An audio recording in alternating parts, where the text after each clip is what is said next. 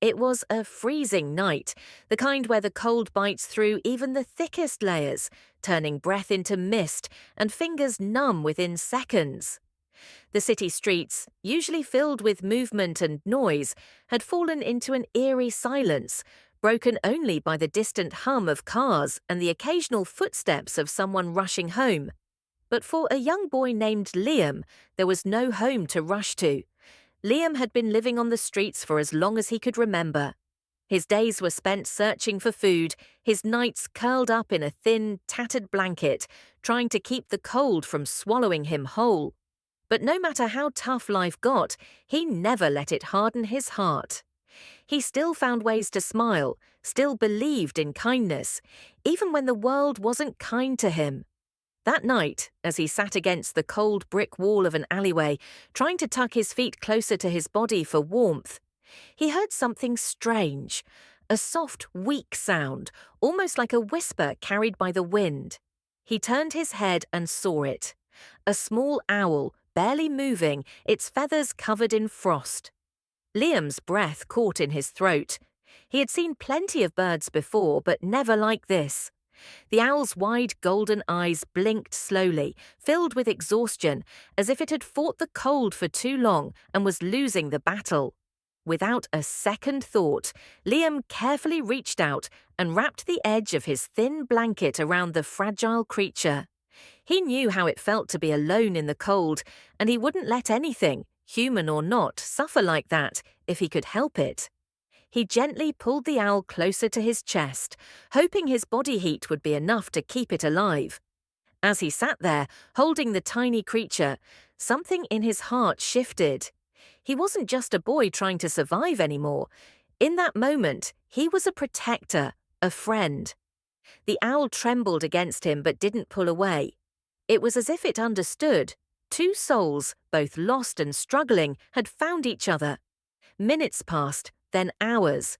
The city around them remained unaware of the quiet act of kindness unfolding in the shadows.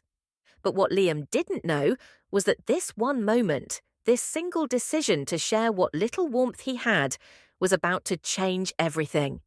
Because just as he closed his eyes, exhausted from the long night, he heard footsteps approaching. Slow, deliberate. Someone had seen him.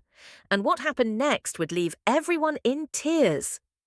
Liam's heart pounded as the footsteps grew closer. He stayed still, his arms wrapped protectively around the tiny owl. In the darkness of the alley, he couldn't see who it was, but the sound of boots crunching against the frozen pavement sent a shiver down his spine. Was it someone who would chase him away? A police officer? Or just another stranger who didn't care? He held his breath as the figure stopped a few feet away. A deep voice broke the silence. "Hey, kid! What are you doing out here?" Liam hesitated, tightening his grip on the blanket. He had learned the hard way that not everyone who asked cared about the answer. He kept his head down, hoping whoever it was would just walk away. But instead, the stranger crouched down, their voice softer this time. "You're shaking, and is that an owl?" Liam finally looked up. The dim glow from a distant street lamp revealed a man in a heavy coat, his face lined with concern. Liam didn't know what to say. Would he take the owl away? Would he call someone to drag him off the street? The man sighed, rubbing his hands together against the cold. "It's freezing out here. You can't stay like this." Liam swallowed hard. "I'm fine." His voice was quiet, but firm. He had survived nights colder than this. He had no choice. The man didn't look convinced. He glanced at the owl, whose breathing was still weak but steady. "That little guy wouldn't have made it if you hadn't helped him," he said. There was something in his tone, not pity, but something else. Like he saw Liam as more than just another kid on the street. Liam looked down at the owl. He was all alone, he murmured. He needed help. The man was silent for a moment. Then, with a slow, careful motion, he reached into his coat pocket. Liam tensed, ready to run if he had to. But instead of pulling out anything dangerous, the man held out something small, wrapped in a napkin. A sandwich. "Here," he said. "You must be hungry." Liam's stomach ached at the sight of food, but he hesitated. He had learned not to trust kindness too easily. The man didn't push. "It's okay," he said. "You don't have to take it. Just, I couldn't walk by and do nothing." Liam studied him for a long moment. He had seen plenty of people pass by without a second glance, but this man had stopped. He had noticed. The owl let out a tiny, weak sound, shifting in Liam's arms. He looked down at the fragile creature, then back up at the stranger. Maybe, just maybe, this night wasn't going to end the way all the others had. But Liam still didn't know if that was a good thing, or something he should be afraid of. Liam's fingers tightened around the blanket as he glanced between the man and the owl.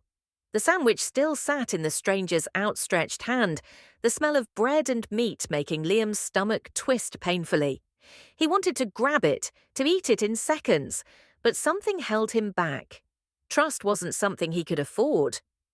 The man sighed, lowering his hand but not taking the food away. "I don't know what brought you out here," he said, his voice steady but kind. "But I know what it's like to be alone." Liam's eyes flickered up, unsure if he believed him. People always said things like that, but they never meant it. They had homes to go back to, families waiting for them.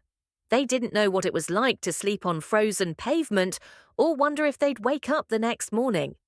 The owl let out another weak sound, its tiny body trembling in Liam's arms. He pulled the blanket tighter around it. He had to do something, but what? He barely had enough warmth for himself. If the bird didn't get help soon, it wouldn't survive the night. The man seemed to read his thoughts. "There's a shelter a few blocks from here," he said. "They'll have heat and food. You wouldn't have to stay, just warm up for a bit." Liam's chest tightened. He had heard that before, promises of warmth, safety. But places like that weren't always safe for kids like him. And if they found out about the owl, they might take it away. He shook his head. "I can't," he muttered. The man didn't argue. He just watched him, waiting. But time was running out for both Liam and the fragile creature in his arms. Liam's fingers ached from the cold, but he refused to let go of the owl. He could feel its tiny heartbeat, faint but still there. The man was still crouched in front of him, waiting, but Liam didn't know what to do. If he left, the owl might not make it. If he trusted this stranger, he might end up somewhere worse than the streets. The wind howled through the alley, stinging Liam's face. He pressed his lips together, his mind racing. Every instinct told him to run. He had survived this long by staying invisible, by never letting anyone get too close. But now, for the first time in a long time, someone had stopped. Someone had noticed. The man shifted, rubbing his hands together for warmth. "If you don't trust me, I get it," he said. "But that bird, it won't last much longer out here." Liam's chest tightened. He had nothing, yet he had still shared his only blanket with this tiny creature. He couldn't let it die. A car passed in the distance, its headlights sweeping across the alley for a brief second. Liam flinched, his grip on the owl tightening. The man saw the panic in his eyes. "I won't take you anywhere you don't want to go," the man said, "but let me help the owl." Liam hesitated. His body screamed for warmth, for rest, but his heart wouldn't let him leave the bird behind. Then, without warning, the owl let out a sharp, desperate cry. Its body went limp in Liam's hands. His breath caught. "No, no, no, stay with me," he whispered. The man moved closer, his voice urgent. "We need to act now." Liam's pulse thundered in his ears. He had seconds to decide. Liam's breath came in short, panicked gasps as he stared at the owl in his hands. Its small body was too still, its fragile chest barely rising. A horrible fear gripped him. He had tried to save it, but what if he had been too late? The man leaned in, his expression serious but calm.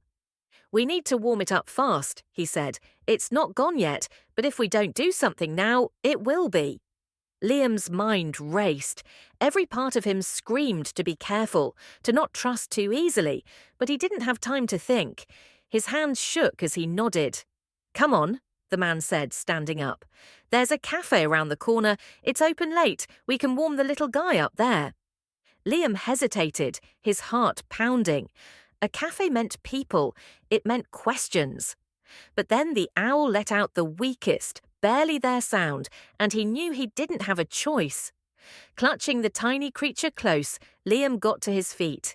His legs were stiff from sitting in the cold for so long, but he forced himself to move, following the man out of the alley. The streets were mostly empty, just a few distant figures bundled up against the cold. The cafe's warm glow spilled onto the sidewalk, and as they stepped inside, a wave of heat wrapped around them. The scent of coffee and baked bread filled the air. Liam blinked against the sudden brightness, his fingers gripping the blanket tighter. A woman behind the counter glanced up, her eyes narrowing slightly as she took in his worn-out clothes and the man beside him. "Everything okay, David?" she asked. David, so that was his name. The man, David, nodded. "We just need a warm place for a minute." The woman hesitated, but then waved them toward a corner booth. Liam slid in, keeping the owl tucked close. The warmth of the cafe felt almost shocking after hours in the freezing air. He pressed his hands around the bird, willing the heat to sink in. David sat across from him, watching quietly. A moment passed before he spoke. "That woman, her name's Maria. She owns this place. She's a good person." Liam didn't respond.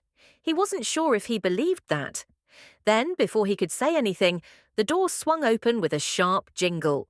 Cold air rushed in, and Liam stiffened as a figure stepped inside, scanning the cafe. Liam recognized the man instantly. His stomach twisted. It was someone he had been running from. Liam's body went rigid as the man stepped inside. His heartbeat pounded in his ears, louder than the hum of the cafe, louder than the distant clatter of dishes behind the counter. He shrank into the corner of the booth, his grip tightening around the owl.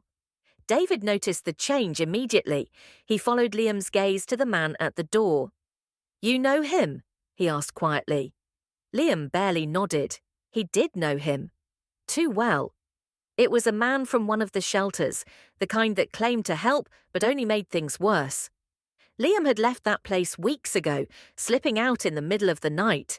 If they found him, they'd send him back. He couldn't go back. He wouldn't.